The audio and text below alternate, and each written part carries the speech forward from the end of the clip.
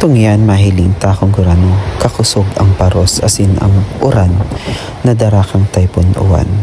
Mahiling mo dyan na ang iba sa mga parte kang samuyang natad, may mga buruwal ng puno, may nabagsakan na nga ning ano yan, sisain ng bubong ng mga kang puno kang mangga na dai mo akalaon na arog pala ni kakusog ang bagyo na ini. Una mo suba-suba, una mo ka ito, suba-suba sana. Kasi sa mga nag-aragi man na bagyo, bako man araw nga ni kakusog. Pero aram tama na ang Bicol is inaagihan talaga ang bagyo. Pero ini na lang ng typhoon uwan ang grabe, lalong-lalo na sa Partido area. Kasi grabe ang apekto sa parte kang Carcho Torena, sa may Karamuan.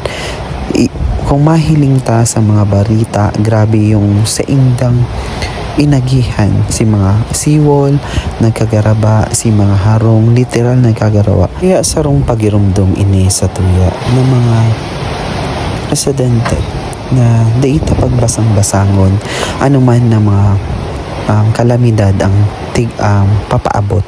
Kasi akala ta maluway sana or akala ta si arog kang dati na nakasanayan ta na bakong makukusog na bagyo. Pero ngunyan sa habang naglilipas ang panahon, grabe na din ibang-iba na ang mga bagyo or kalamidad na inaagihan ta sa buhay.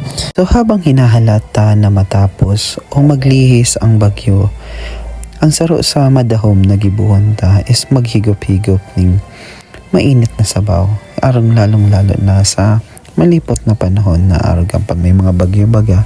So, ayun lang ang satuyang ang pwede tang gibuhon. And as in, mga di kita na sana may man mangyari sa satuyang mga pamilya. And iman din maraot ang satuyang mga harong kasi masakit din ang pagbuhay-buhay lalong-lalo na kung mapuon na naman sa poon. So, pirming di kita malingaw na maghagad ning gabay and ingatan kita kang mahal na Diyos sa mga araw kanina inaaragihan ng mga kalamidad kasi di talaga biro na mawaraan ng harong as in pamilya syempre.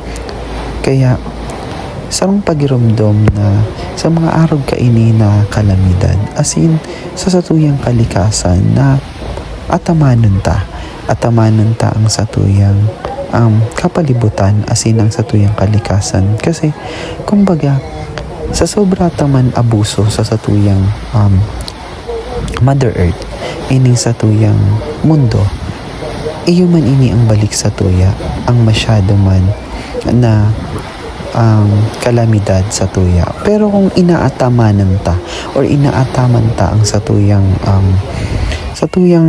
mundo, ang satuyang kalikasan, for sure man talaga na aram ko na bakong araw ka ni ko ta ang satuyang aagihan na kung baga balik din ini sa tuya. So kung mapapansin ta pati sa mga nag-aragi na mga kalamidad, grabe din daibiro sa mga kaitong daiman tigbabaraha, ngunyan tigbabaraha na sa mga lugar na bako man inaagihan kang bagyo pero ngunyan inaagihan na kang bagyo. So kung mapapansin mo din sa sarong bulan dai pati saro sana na bagyo ang minaagi kundi minsan 2, 3 and sunod-sunod pa pati na bagyo. So kung mapapansin ta grabe talaga ang inaagihan na kang satuyang sarong realisar yan sa tuya na dapat pangatamanon ta ang satuyang mundo, ang satuya na mga kalikasan na ini kasi isay ba ang maataman and isay din ba ang bebeltahan.